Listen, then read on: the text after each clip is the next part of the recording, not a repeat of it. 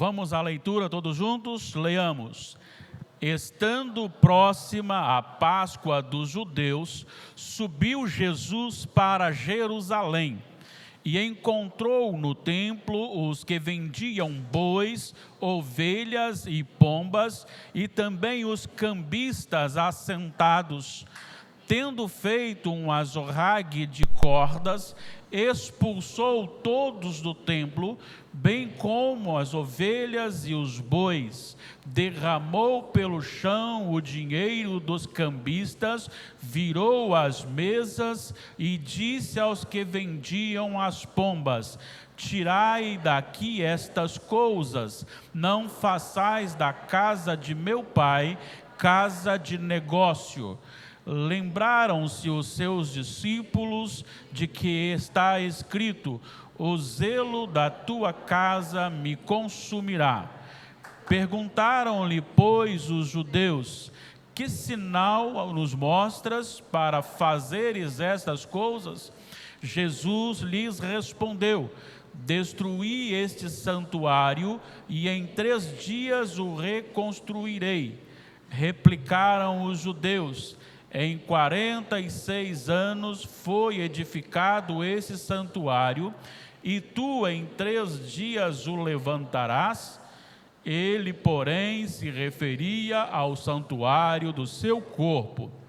Quando, pois, Jesus ressuscitou dentre os mortos, lembraram-se os seus discípulos de que ele dissera isto, e creram na Escritura e na palavra de Deus.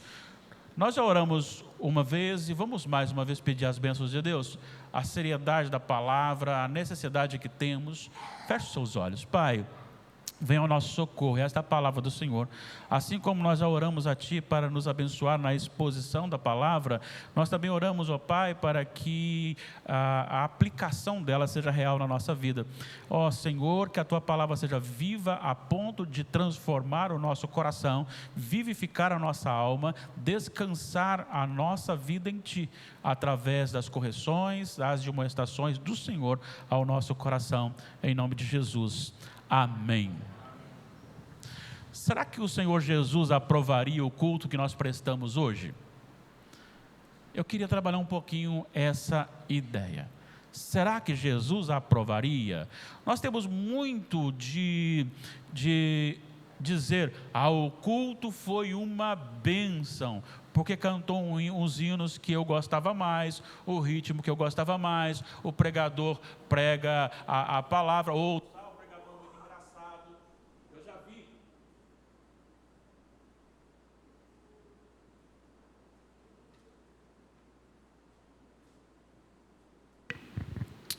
às vezes o pregador é muito engraçado. Eu já vi pessoas dizer assim: o culto foi uma maravilha, aquele pregador mata a gente de rir, né? Coisa do tipo.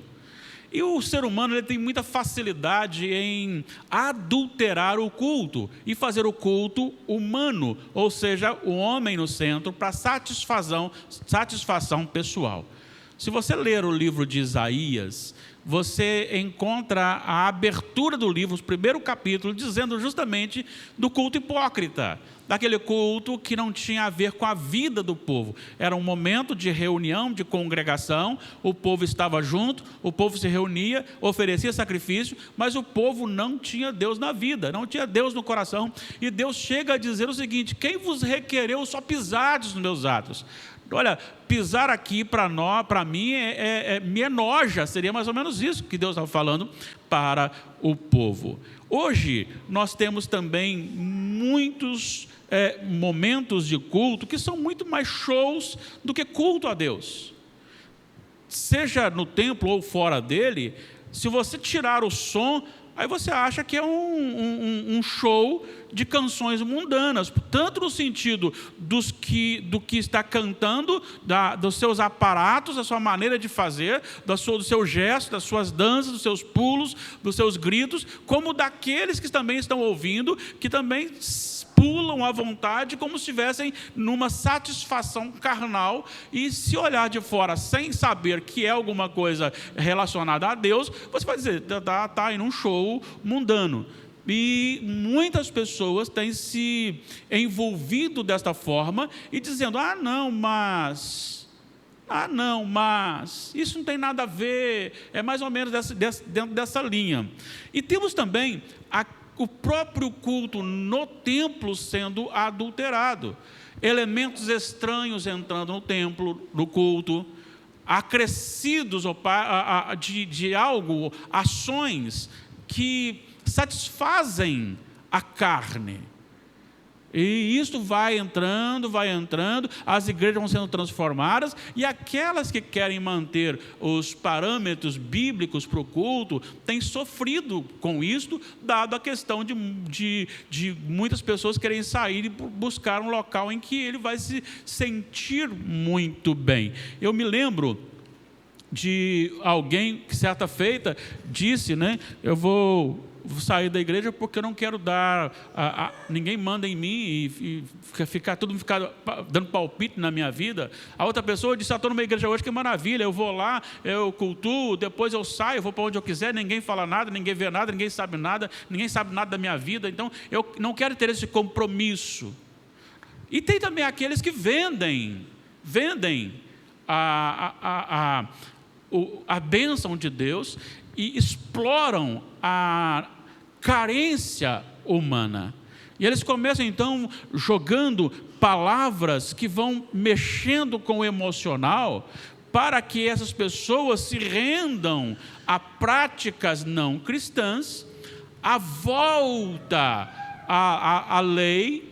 Por exemplo, nós temos igreja aí que reproduziu não só o templo de Salomão, inclusive a própria arca, todo mundo vestido com os aparatos, e vende-se as bênçãos, e as pessoas vão lá, pagam caro para obter a tal bênção que está comprando, porque tudo gira em torno do comércio. Isto tudo é abominação ao Senhor.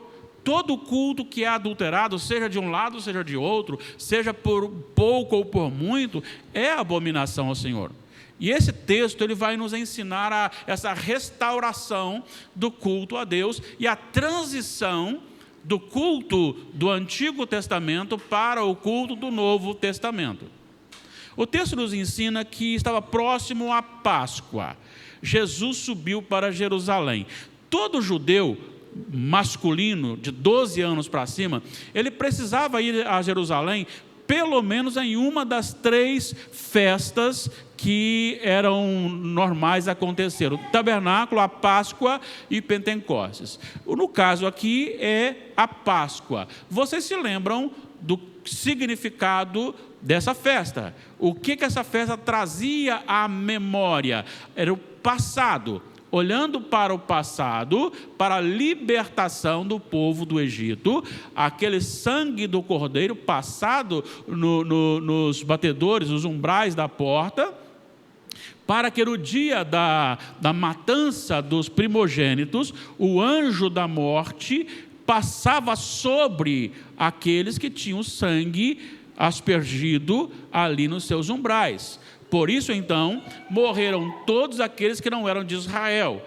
E, junto com isso, você tinha os elementos como ervas amargas, o pão sem fermento, tudo para simbolizar o sofrimento e a saída sem carregar o misticismo, a idolatria do Egito com eles. E também a Páscoa, apontando então dentro desse acontecimento da libertação de Israel, apontava para o Cordeiro perfeito, que é Cristo Jesus. E era próximo a essa Páscoa quando Jesus sobe. E ao chegar ali em Jerusalém e entrar no templo, ele encontra ali no templo os comerciantes de bois, ovelhas, pombas e os cambistas. É muito interessante observar isso aqui, porque tem uma certa lógica, e a lógica da venda dos animais, se fosse uma questão simplesmente da venda em si, não teria problema, desde que não estivesse dentro do templo, ou não tivesse com algumas anormalidades, porque muitos judeus moravam muito distante, então trazer um animal para o sacrifício seria muito difícil. Então, olha bem, começa com uma carência. O transporte dos animais para o sacrifício. A outra coisa também que manifesta uma carência é a moeda. Alguns judeus moravam em locais que a moeda era diferente. Então, quando eles chegavam, eles tinham que trocar a moeda para ali depositar o seu dízimo e a sua oferta. Então, por isso, aqueles homens começaram a explorar esta carência, que poderia até ter um lado bom, se fosse local específico ou uma venda justa, né? Mas tudo indica, segundo os comentadores, que havia uma cobrança exorbitante dada a necessidade e carência das pessoas. Então, tanto para comprar o animal como para trocar a sua moeda, você tinha essa dificuldade, dada a questão das pessoas estarem explorando essa carência, essa necessidade. Isso me faz lembrar muito aquelas pessoas que vão para a praça com dinheiro no bolso. Hoje não, porque hoje não dá mais para fazer assim. Mas um tempo antigo, ia com dinheiro no bolso e ficava ali. Aí de repente chegava lá uma pessoa com uma família doente e precisava vender algo, e aí então ele explorava essa necessidade e comprava barato. E no caso aqui é ao contrário, ele explorava essa necessidade e vendia caro. E a taxa cobrada também para trocar o dinheiro, a moeda, também era alta. E é dentro desse sentido que Jesus chega, repreende, e ele não expulsa só os animais, não. Olha o que o texto diz: e expulsando a todos. Expulsando a todos. Olha aí, encontrou no templo os que vendiam bois, versículo 14, pombas e também cambistas sentados, tendo feito uma zorraga de cordas, expulsou todos do templo, bem como as ovelhas. Então, o primeiro que ele foi para fazer é expulsar todos aqueles que estavam ali envolvidos nessa questão. E ele faz essa questão, as pessoas perguntam para ele a respeito disso, só que antes de perguntarem, há uma lembrança dos discípulos. Quem se lembra qual foi a lembrança? Quem se lembra qual foi a lembrança dos discípulos? O zelo da tua casa me consumirá. Qual texto os discípulos citaram aqui ou lembraram? Salmo 69, 9. E é interessante porque o contexto do Salmo 69, 9 é o mesmo contexto da purificação do templo.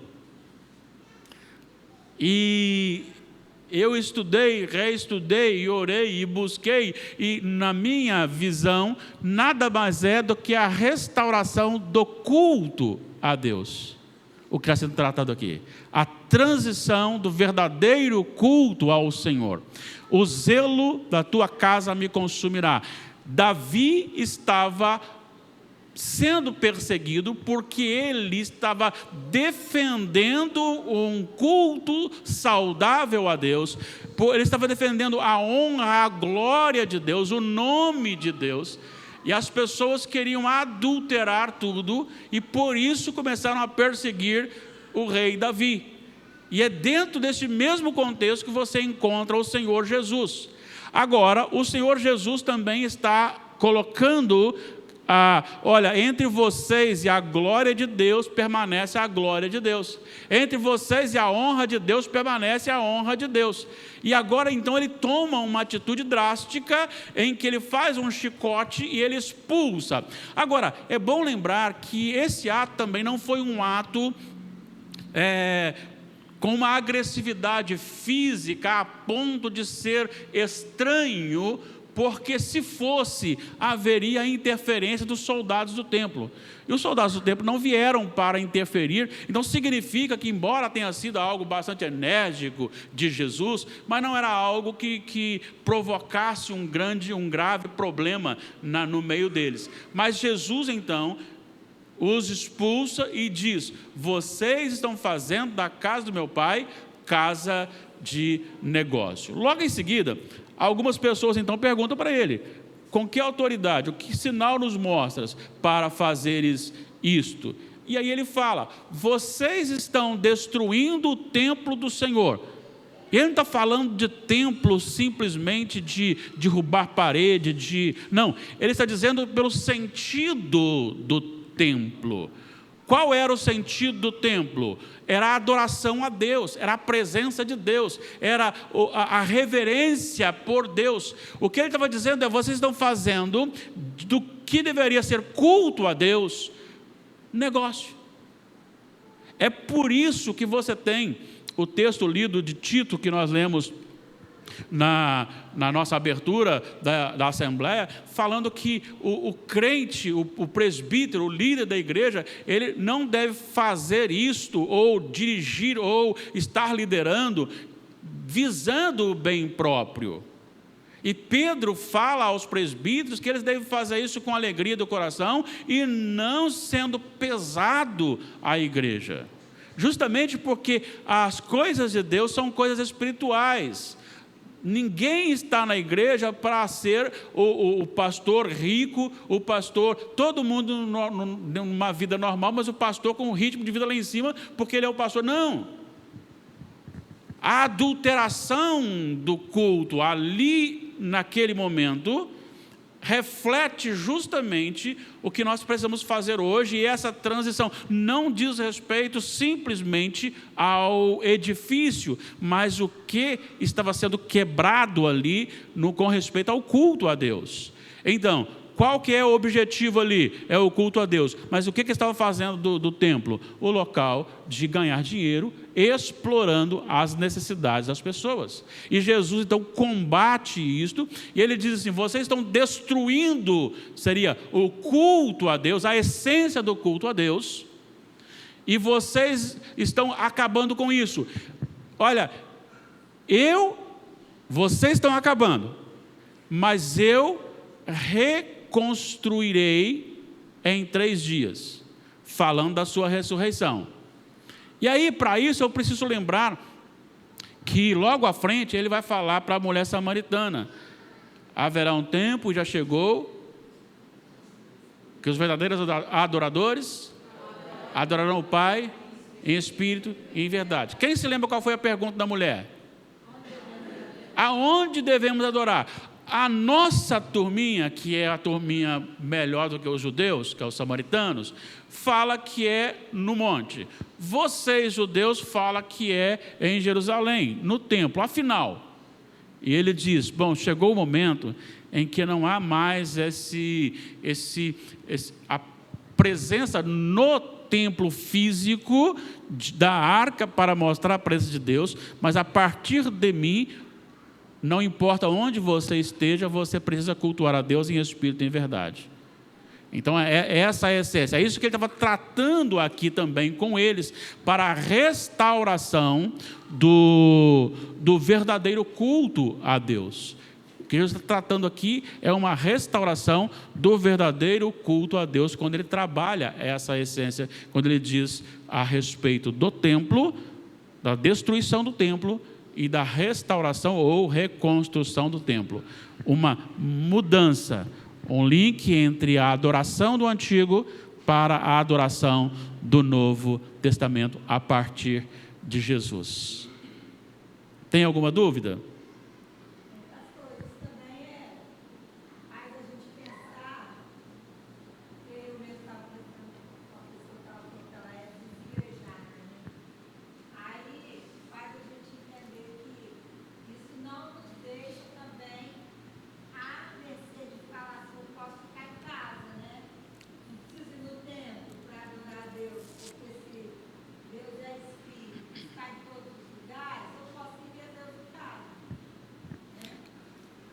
Vamos responder isso com o autor aos Hebreus,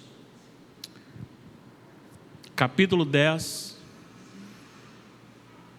versículo 25. Então, só confirmando a palavra da irmã Cidinha, daqueles que acham que não precisa ir ao templo para adorar a Deus. Aí eu diria, não só na igreja, o templo para adorar a Deus, né? Olha só o que diz, Vamos ler juntos? Não deixemos...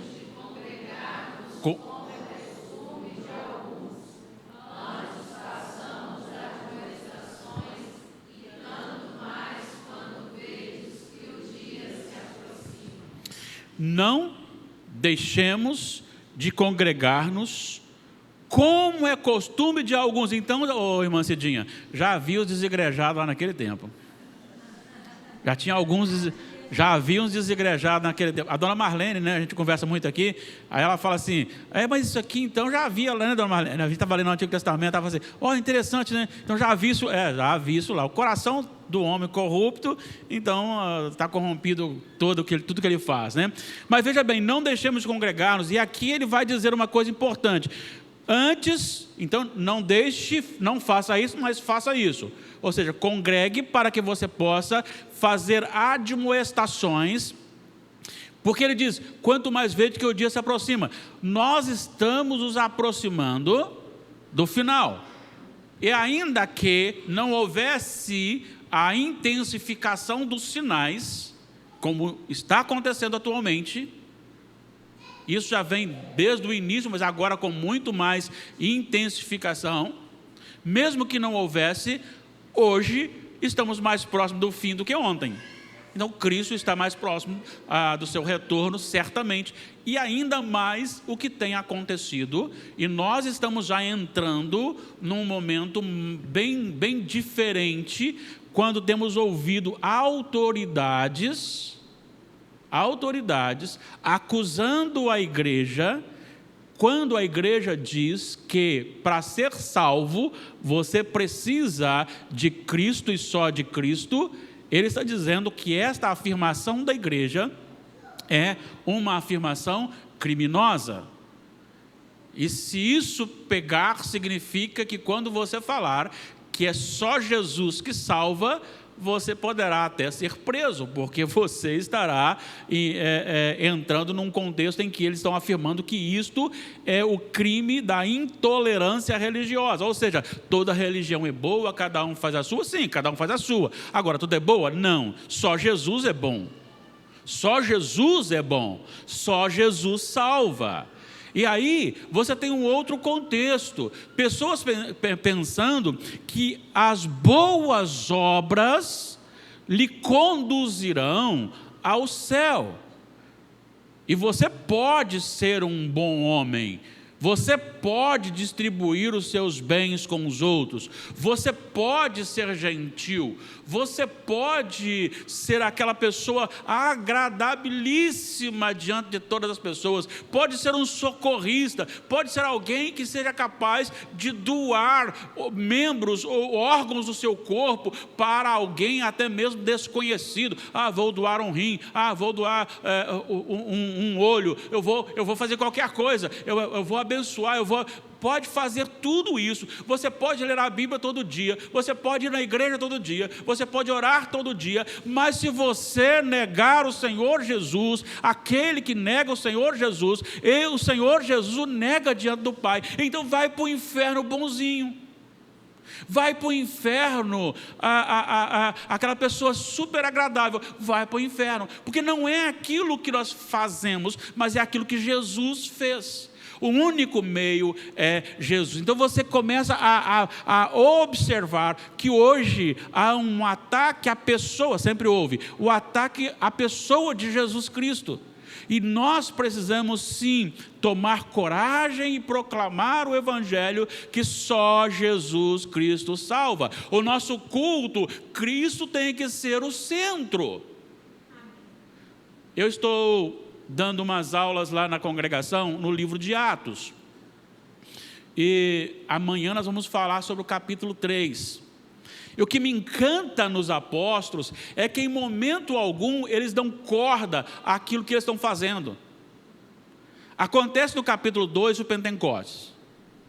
Aí eles falam, o que está acontecendo? Tem alguém, uns maravilhados, outros zombando, e eles, não, o que aconteceu foi a profecia, o cumprimento da profecia de Joel. Agora, Jesus, vocês mataram Jesus, ele é um varão perfeito, Deus o ressuscitou, e nós vamos pregar esse Jesus. certo? Esta é a tônica de Pedro. Capítulo 3 de Atos, Pedro vai ao templo e chega lá, tem um mendigo. E o mendigo diz assim: me dá um pouco de esmola. Ele diz: não tenho dinheiro, não tenho ouro nem prata, mas o que eu tenho eu lhe dou. Levanta e anda, em nome de Jesus. Ele levantou e andou. As pessoas foram para cima dele: não fomos nós.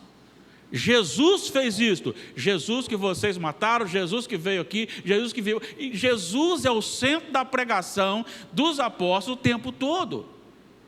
E esta é a essência do culto. Esta é a essência do culto. Nós temos que exaltar o nosso Senhor, nós temos que bendizer o nosso Senhor, nós temos que fazer com que o culto, o centro do culto, seja o nosso Deus. Inclusive a motivação para vir ao templo. E é isso que Jesus está tratando aqui. Vocês estão tirando o sentido do culto e perdoe-me a todos aqueles que estão aqui, aqueles que me ouvem também, porque eu sou um pouquinho diferente, mas eu não sou muito fã, eu tolero, mas não sou muito fã, dia do homem presbiteriano, dia da mulher presbiteriana, dia do cachorrinho presbiteriano, dia do não sei o quê, de não sei o quê, de não sei o quê. O culto começa a homenagem ao homem, homenagem ao homem, homenagem ao homem, homenagem ao homem, homenagem ao homem, e o homem começa a ser o centro. Sabe, eu entro nisso também. Eu sei que a igreja aqui não valoriza isso, mas é o risco que você tem. Então, eu prefiro viver a minha vida acompanhando vocês, e não aqui, vocês como falam, a igreja toda, né? Mas é dia para tudo, gente. Tem dia para tudo. Torna cansativo, torna. O homem, dia do avô, dia do primo, dia da tia, dia do cunhado, dia da sogra. Pode isso? Pode, dia da sogra. Né, Natália? Dia da sogra. Mas é bênção, a sogra é bênção, né? Com certeza. Então você vai vivendo dentro dessa questão. Assim, o meu medo é que a gente comece a transferir tanto para o homem. Eu não estou falando que é pecado você fazer isso não, tá, gente? Só que tem que ter cuidado, tá? Você faz uma honra, um elogio, ok, mas lembrar que o centro é o Senhor. O centro é o Senhor. O culto deveria ser mesmo para Deus. Depois a gente faz alguma coisa lá, manda para a casa do pastor lá um lanche para agradar, né? Para os presbíteros também. Dia da sogra presbiteriana, né? Sonildo, você falou? Tem que ter cuidado com o desagrado, né? O desagrado é perigoso. Então vamos aqui. A essência aqui de Jesus estão perdendo o sentido do culto. Estão invertendo o sentido do culto. O que Jesus quer tratar aqui é justamente isso. E aí ele diz: e agora vamos passar desse templo, disso aqui, para um templo que não é mais físico. Não é mais físico. E por isso, então, ele corrige aquilo e apresenta-se como não mais você vai a Deus no templo, mas agora Deus vai primeiro entre vocês e depois em vocês, porque nós passamos a ser o santuário do Deus Altíssimo, o templo do Senhor. E aí eu lhe chamo a atenção para uma coisa: cuidado com a maneira como você trata o seu corpo, a maneira como você se veste, a maneira que você fala, a maneira como você se porta. Cuidado, seja homem, seja mulher, cuidado, porque você é templo do Espírito Santo, certo? Vamos aqui a algumas aplicações. Eu quero algumas aplicações aqui para a gente encerrar. São poucas, são umas 10 mais ou menos. Não são tantas não.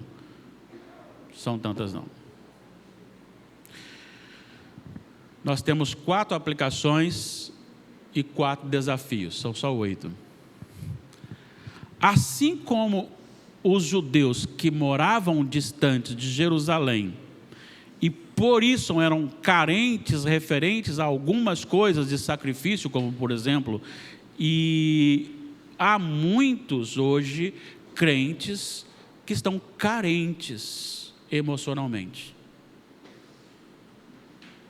E é importante que a gente saiba disso, porque há graus de espiritualidade, de maturidade espiritual diferente. E nós precisamos desenvolver a maturidade espiritual para não cairmos neste problema que chama-se carência espiritual. Como que eu faço isso? Estudando a palavra de Deus com leitura e meditação, com oração e com congregação, participação. É assim que eu vou amadurecer-me. Deixa eu só contar uma coisa. Eu estive lá no hospital visitando a Ana Luísa. Do meu lado estava lá um senhor novo, com a sua filha também. E, claro, aproveitamos para evangelizar. Mas eu queria dizer o seguinte: por mais que um estado de enfermidade nos cause medo, ansiedade, às vezes lágrimas, mas conhecer a Deus pela sua palavra nos dá muita segurança neste momento. Então, quanto mais carente, mais possível cair naqueles exploradores da fé. Vamos pensar, a pessoa não tem um bom conhecimento da palavra, e de repente eu estou com alguém meu no hospital que está mal. Aí chega alguém e diz o seguinte: se você fizer um voto de R$1.000 para o meu Pix, Deus vai lhe dar a bênção. Então, se eu estou carente e não conheço, o risco de eu cair é muito maior. Agora, conhecendo a palavra, saberei que eu não posso comprar uma bênção. Certo? Então, há muitos crentes carentes, assim como aqueles judeus que eram carentes do animal para o sacrifício, né? Como os exploradores estavam no pátio com condutas reprováveis, explorando os necessitados, temos hoje muitos exploradores da fé que enchem suas contas bancárias. Muitos exploradores da fé. Há muitas estrelas por aí, brilhando uma luz que não é de Jesus, e explorando a carência e a necessidade, desde o adolescente até o idoso, em cada um na sua área.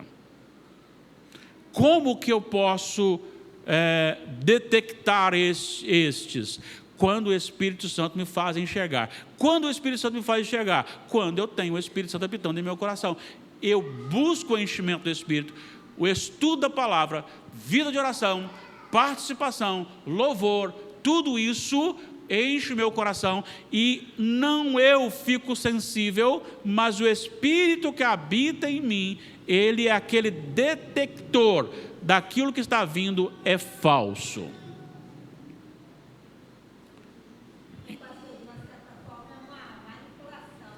Manipulação.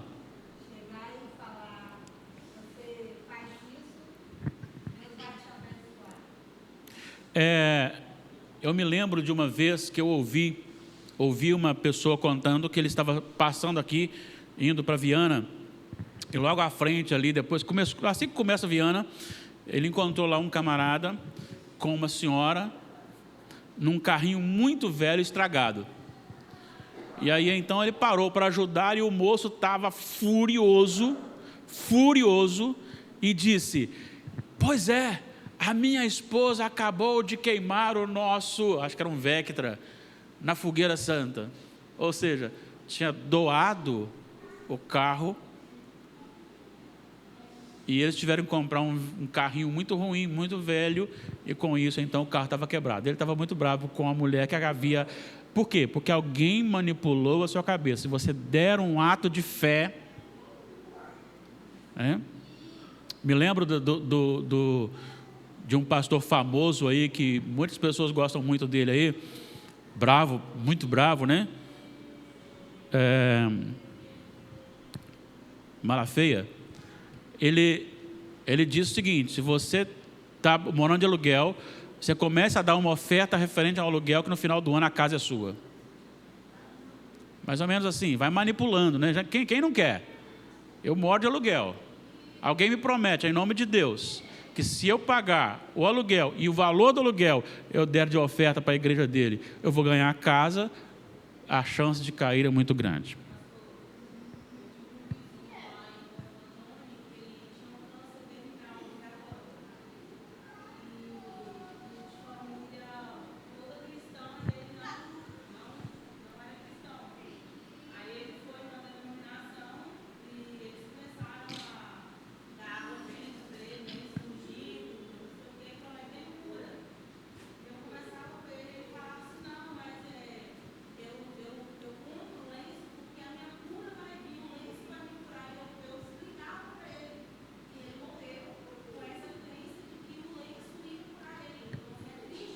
Muito triste. Me lembro que o capelão do evangélico sofreu muito porque as pessoas queriam entrar lá com aquele lenço sujo para passar nos enfermos lá. Era coisa desse tipo. Terrível, terrível. Agora, tem uma coisa muito séria. O mesmo Jesus que viu e que agiu ali, hoje também ele vê tudo e age. Ele age no presente, o Salmo 103,6, que julga os oprimidos, ele está olhando para os oprimidos.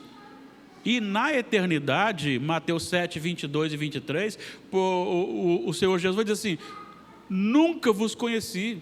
Mas eu sou pastor, eu fazia milagres, eu curava, eu pregava. Nunca lhe conheci. Apartai-vos de mim, os que praticais a iniquidade. A autoridade de Jesus é evidenciada no fato de o lugar de adoração da época passar agora em Jesus para a vida toda, em todo lugar, em espírito e em verdade. Então agora não é mais a ida a um local onde tem algo que simboliza a presença de Deus, mas é algo que agora habita o coração da igreja. E eu preciso que vocês entendam uma coisa. Nós temos um cântico que a gente canta, eu vejo a glória do Senhor hoje aqui, e às vezes a gente pensa, não sabemos o que é glória. Quem estava aqui sábado, deu para entender uma definição do que é glória, mas eu queria dizer para vocês o seguinte, que Deus disse na boca do apóstolo Paulo, que ele revela a sua glória na face de Cristo. Só que ver Cristo para nós é pouco, porque nós queremos ver estrondos, nós queremos ver barulho, nós queremos ver bagunça, para dizer que é a glória de Deus. E na verdade, a glória de Deus está na face de Cristo, quando você olha para a perfeição do amor de Deus por nós. Porque Deus amou ao mundo de tal maneira que deu o seu Filho unigênito para que todo que nele crê não pereça, mas tenha a vida eterna. Preste atenção numa coisa. Preste atenção numa coisa. O ato da crucificação não foi simplesmente Jesus morrer na cruz, porque a cruz seria minha, no sentido de ser crucificado e morto, mas é no sentido de receber a punição. É muito mais do que a gente pode imaginar. É aí que Deus revela a sua glória de tal maneira que Ele me perdoa e ainda assim Ele não é injusto, porque Ele me declara justificado e Ele cobra a dívida nele mesmo, na pessoa do seu Filho. É por isso que o apóstolo Paulo diz que nós fomos adotados para revelar a glória da graça de Deus. E é justamente isso que nós precisamos entender. para que Deus seja glorificado em nós e o culto seja real. Jesus é suficiente.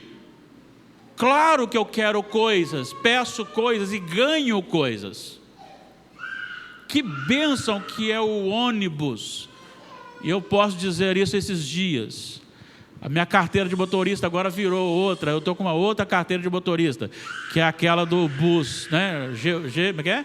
GV Bus, né? Minha carteira de motorista é essa hoje. Mas que bênção, eu estava cansado aqui hoje. E de repente veio o ônibus, parou para mim e me levou até próximo à minha casa. Que bênção. Mas se não tiver o ônibus, se não tiver o carro, se não tiver a comida, Jesus é suficiente. Lembra que Paulo disse: por 3 vezes orei ao Senhor, tira de mim este espinho da minha carne. E Deus respondeu o quê? O que significa isso? A presença dele assistindo Paulo era suficiente. Certa feita eu tive a oportunidade de falar para uma jovem vindo de Belo Horizonte, e ela falando dos perigos da viagem. Já era o 4º ano que eu estava viajando todo final de semana, e aí de repente ela começou a falar sobre as questões de Deus, e eu disse para ela a respeito que tinha praticamente 4 anos e nunca um pneu tinha furado. Aí ela disse: isso é muita fé. Não, mas não é muita fé. Se tivesse acontecido um acidente, eu tivesse tetraplégico, Deus continuaria sendo Deus. É isso que a gente precisa entender. Deus é Deus e acabou. Então Jesus é suficiente, Ele me assiste. Tem um filme que eu sugiro a vocês. Eu vou me lembrar o título dele agora? Acho que não vou lembrar não. Lembra da Maris? Me ajuda aí, que nós vimos ontem. A essência desse filme é uma promessa daqueles locais antigos em que o pai promete à filha, a filha casa sem conhecer, e ela casa com alguém que tem um problema gravíssimo físico, e ela, por fidelidade à sua família, vive com ele. Amigos vão transformando a vida dele e chega no final, vira transformada fisicamente, né? Mas assim, a maneira como ela se porta é um exemplo. Eu estou vendo por muito menos cônjuge abandonando o cônjuge. É porque ele bebe, eu vou abandonar ele. Ou ela faz isso, eu vou abandonar ela. Não gosto mais, vou abandonar. E é uma prova de que há muito mais do que simplesmente um envolvimento. E aí então, naquele momento, o Senhor vai assistindo, e Ele vai assistindo de tal maneira que Ele vai honrando a pessoa. Ele vai honrando a pessoa. Então, quando você cultuar a Deus, cultua a Deus por aquilo que Deus é, e não por aquilo que Deus faz por você em lhe dar. Claro, agradeça também. Pode dizer assim: não fosse o Senhor que esteve ao meu lado, eu que o diga. Pode dizer, pode pedir também bênçãos, mas que o Senhor seja suficiente para a sua vida. Que você cultue a Deus em todo momento da sua vida, independentemente do que esteja acontecendo. Que você não coloque elementos no culto para satisfazer você mesmo, para satisfazer a sua carne, porque este culto me agrada ou agrada a A, B ou C. Que seja só o Senhor. O milagre do amor. Pode pesquisar lá e ver lá, que vale a pena você ver, pela fidelidade da esposa a um esposo que não tinha condição nenhuma para ser um esposo dentro de um contexto social, tá? Então eu encerro a minha palavra aqui dizendo o seguinte: cuidemos do nosso coração para nunca explorarmos a carência do nosso próximo. O que você fizer, faça pelo Evangelho. Cuidemos para não sermos enganados também por exploradores, pois podem nos oferecer o que pensamos ser de Deus, mas ser apenas coisas da carne. Coisas carnais, camufladas de piedade, podem trazer estragos eternos. 1999, evangelista numa cidadezinha de Minas, pequenininha, estava fora, e quando eu chego, tem um moço lá em casa, que o pastor que era o responsável pela igreja para atos pastorais tinha deixado lá em casa, que era um tal de missionário. Tem missionário ruim, tá? Falso. Missionário verdadeiro e missionário falso. E aí primeiro ele começou, daí a pouquinho o pastor falou, ele vai ficar aqui, ele vai pregar, hoje é quarta-feira, ele vai pregar na igreja e tal, ele tem uns CDs para vender também e tal. E aí, então, na conversa lá, de repente, ele virou e falou assim, eu discordo da igreja presbiteriana porque batiza criança. Eu falei, o quê? Eu discordo da igreja presbiteriana porque batiza criança. Olha, então é uma coisa, eu estou tão íntimo de Deus que eu não preciso mais ler a Bíblia, Deus fala direto comigo. Eu falei assim, obrigado, Senhor, falou comigo direto agora. Você vai pregar, não. E eu prego, depois você vende o CD com quem se quiser lá, mas não vai pregar, não. Então, assim, existem os falsos, precisa não ser explorado por eles. Terceiro, cuidemos para reformar sempre o nosso coração, porque ele é terrível. Para uma vez bem fundamentado na palavra real, cuidar de ajudar as pessoas que estão sendo enganadas, resgatando-as das mãos de lobos ferozes e que estão sendo conduzidas com foco errado. Para encerrar, cuidemos de nós mesmos, para que a igreja onde congregamos seja verdadeiramente uma igreja que adore ao Senhor, com uma adoração sincera e íntegra. Seja um lugar onde Deus seja reconhecido e adorado, e eu seja esquecido. Será que o que você faz e como você adora agrada a Deus? Será que a maneira que eu cultuo a Deus o agrada? Será que Jesus chegasse aqui hoje, Ele não viraria alguma coisa na nossa vida? Alguma coisa na nossa maneira de cultuar? Será que se Ele viesse fisicamente aqui, Ele não faria isto? Ele está fazendo hoje com a sua palavra no nosso coração, para olharmos aquilo que nós fazemos que não agrada ao Senhor, que é humano, que é antropocêntrico, para colocar um culto cristocêntrico. Deus nos abençoe. Tenha misericórdia de nós e mova o nosso coração. Vamos orar?